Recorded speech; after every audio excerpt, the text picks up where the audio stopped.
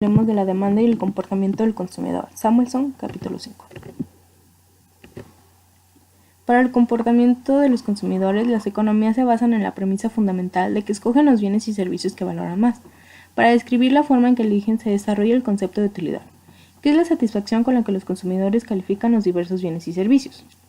Por ejemplo, si la canasta A tiene mayor utilidad que la canasta B para Smith, prefiere A antes que B. La teoría de la demanda afirma que la gente maximiza su utilidad, eligiendo la canasta de bienes de consumo que más prefiere. La utilidad marginal es el incremento de satisfacción al consumir una unidad adicional de un bien. Recordemos que la expresión marginal significa adicional o extra.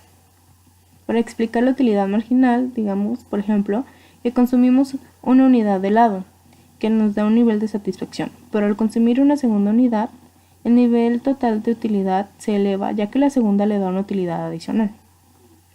Pero cuando llega la ley de la utilidad marginal decreciente, que es a medida que aumenta la cantidad consumida de un bien, la utilidad marginal del mismo bien tiende a reducirse.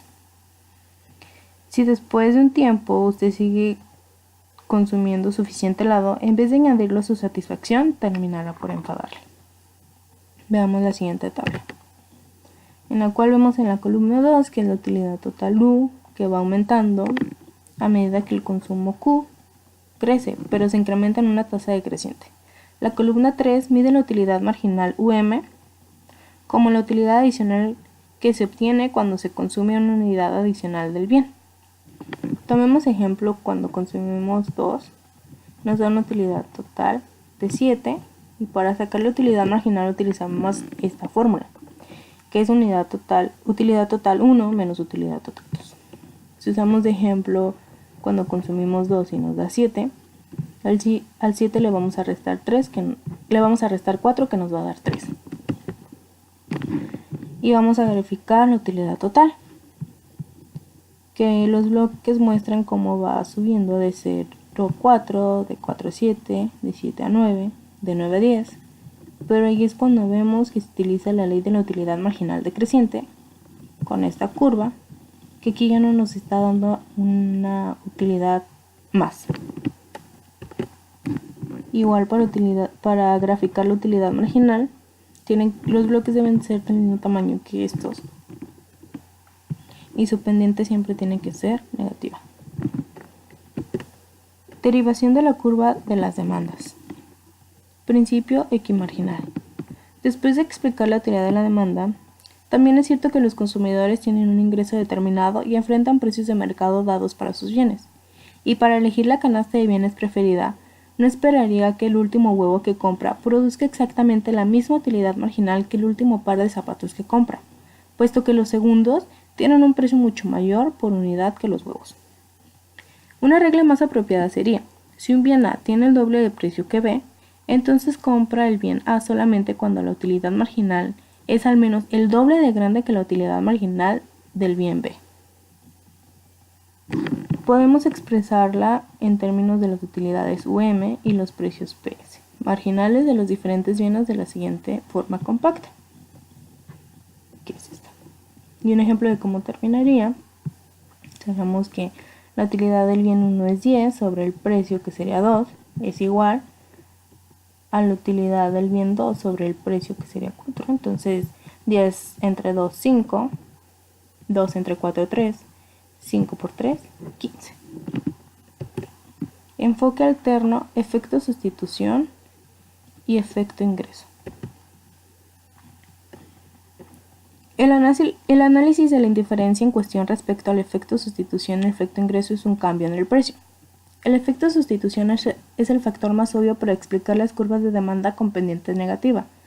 De acuerdo con este efecto, cuando un precio de un bien se eleva, los consumidores tendrán que sustituirlo por otros bienes para satisfacer sus deseos con un gasto menor.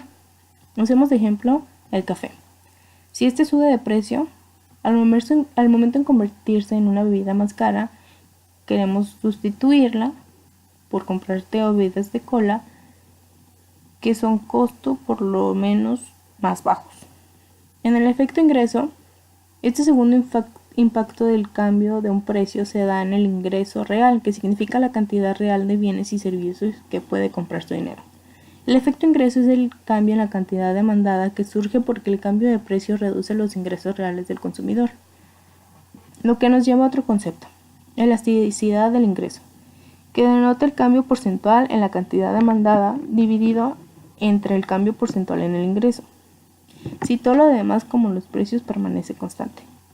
Las elasticidades de ingreso elevadas como las de los viajes por avión o yates indican que la demanda de esos bienes se incrementa con rapidez a medida que el ingreso aumenta, mientras que las elasticidades bajas tales como la de los alimentos o para cigarros indican una débil respuesta de la demanda a medida que el ingreso aumenta. Veamos un ejemplo. Suponga que usted es un planeador urbano para Santa Fe, Nuevo México, y le preocupa el crecimiento de la demanda y de consumo de agua por parte de los hogares en esa región área. Usted realiza algunas investigaciones y encuentra los siguientes datos para el año 2000. La población es de 62,000 personas. La tasa de crecimiento proyectada de la población es de 20% cada década. El consumo de agua per cápita en 2000 fue de 1,000 galones. Se proyectó que los ingresos per cápita se incrementarán 25% durante la siguiente década y la elasticidad de ingreso del uso del agua per cápita es de 0.50. Entonces usted calcula las necesidades de agua para 2010 sin cambios en los precios de la siguiente manera. El consumo de agua en 2010 es igual a la población de 2000 por factor de crecimiento de la población por el uso del agua per cápita por 1 más crecimiento del ingreso por elasticidad del ingreso. Entonces vemos que la población en 2000 era de 62,000 por el factor de crecimiento de la población que es 1.2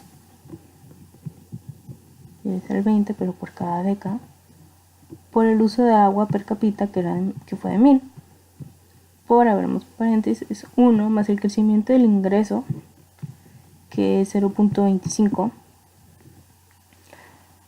por elasticidad del ingreso que es 0.50, lo que nos da un total de 83,700,000. Para estos datos, usted proyecta un crecimiento en el uso total del agua de los hogares de 35% de 2000 a 2010. De la demanda individual a la demanda de mercado. La curva de la demanda de un bien para todo el mercado se obtiene al sumar las cantidades que demandan todos los consumidores. Cada consumidor tiene una curva de demanda sobre la cual se puede ubicar la cantidad demandada contra el precio. Generalmente tiene pendiente negativa y hacia la derecha. Es evidente que las personas tienen gustos distintos. Algunos altos ingresos, ingresos bajos. Algunos tienen un enorme deseo de café, otras prefieren consumir refrescos de cola. Para obtener la curva del mercado total, se calcula la suma total de lo que todos los diferentes consumidores adquirirán a cualquier precio dado. Luego se grafica esa cantidad total como un punto sobre la curva de la demanda. Por conveniencia, le asignamos las letras minúsculas D y OO a las curvas individuales de la oferta y la demanda, y las letras mayúsculas D y OO a las curvas de mercado de las curvas de la oferta y la demanda. La siguiente figura muestra cómo sumar las curvas de la demanda horizontalmente para obtener la curva de la demanda de mercado. Para hallar la curva de la demanda de mercado se suman las curvas de la demanda de todos los consumidores. A cada uno de los precios, por ejemplo, $5, sume las cantidades que cada persona demandó para obtener la cantidad de mercado demandada. En la figura se muestra que un precio de $5 se suma horizontalmente a la unidad de demanda Sánchez y las dos que demanda Benítez para obtener la demanda de mercado de 3 unidades. Desplazamiento de la curva.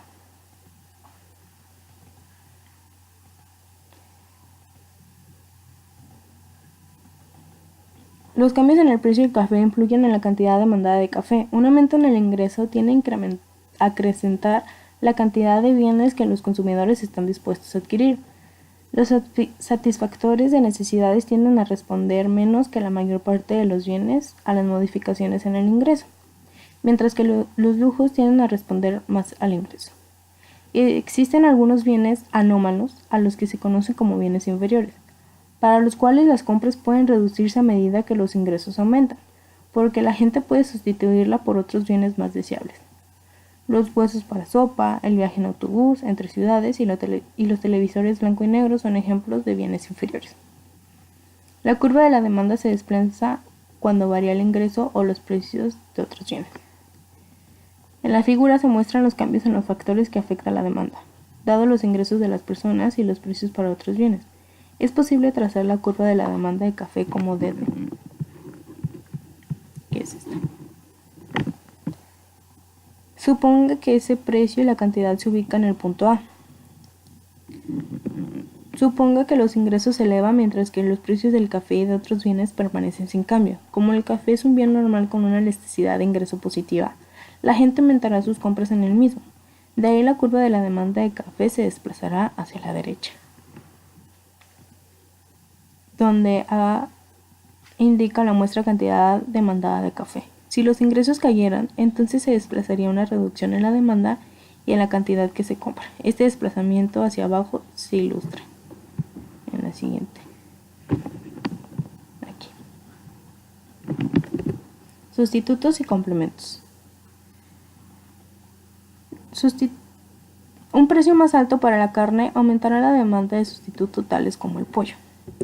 Un mayor precio en la carne de res puede reducir la demanda de bienes tales como bollos para hamburguesas y salsa de tomate. Probablemente esto tendrá poco efecto sobre la demanda de libros de texto de economía.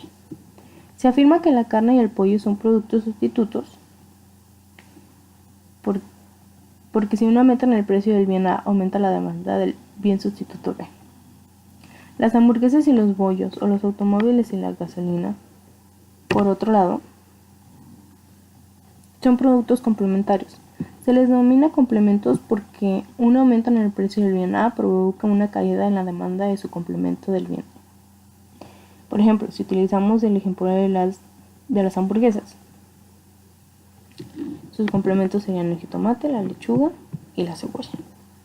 Entre ambos están los bienes independientes, como la carne de res y los libros de texto, para los cuales un cambio de precio en uno no tiene efecto alguno en la demanda del otro. La economía de la adicción. El gobierno normalmente respeta las preferencias de adquirir algo, pero hay casos en donde el gobierno decide ponerse por encima de las elecciones y es cuando entra bienes de mérito cuyo consumo se considera dañino y bienes de mérito cuyo consumo se considera valioso. Los consumidores casuales de drogas ilegales tienen sustitutos baratos tales como el alcohol y el tabaco y por tanto tendrán una elasticidad precio relativamente alta de la demanda. Por el contrario, los usuarios consuetudinarios a menudo son adictos a sustancias particulares y tienen demandas inelásticas con respecto al precio. En la siguiente figura se ilustra un posible resultado. La curva de la demanda de D es muy inelástica con respecto al precio para usuarios establecidos. Ahora considera una política para desalentar el uso de drogas. Una política de prohibición como la que se utiliza para sustancias ilegales tiene el mismo efecto de desplazar la curva de la oferta OO hacia O'. El gasto total de drogas aumenta de 0HCG a 0ABF. En el caso de las drogas muy inelásticas con respecto al precio, eso implica que el gasto en drogas aumentará cuando se restrinja la oferta. Paradoja del valor. Hace más de 2 siglos, Adam Smith presentó la paradoja del valor. Nada es más útil que el agua, pero no compra nada. Un diamante, por el contrario, tiene escaso valor, si es que alguno, pero una gran cantidad de otros bienes se tendrá como intercambio por él. La demanda dependiente decreciente del agua refleja la utilidad marginal decreciente del agua. Advierta cuánta necesidad se presenta a partir de las primeras unidades, si se añaden todos los excedentes grises. $8 de la unidad 1 más $7 del excedente sobre la unidad 2 más. Y así nos vamos hasta terminar con la unidad 8. Y obtenemos el excedente total del consumidor de $36 sobre las compras de agua. En el caso simplificado que aquí se expone, el área entre la curva de la demanda y la línea de precios es el excedente total del consumidor. Excedente del consumidor. La paradoja del valor subraya que el valor monetario registrado de un bien puede ser indicador engañoso del valor económico total en ese valor. El valor económico del aire que respira es 0, y sin embargo, la contribución del aire al bienestar es muy grande.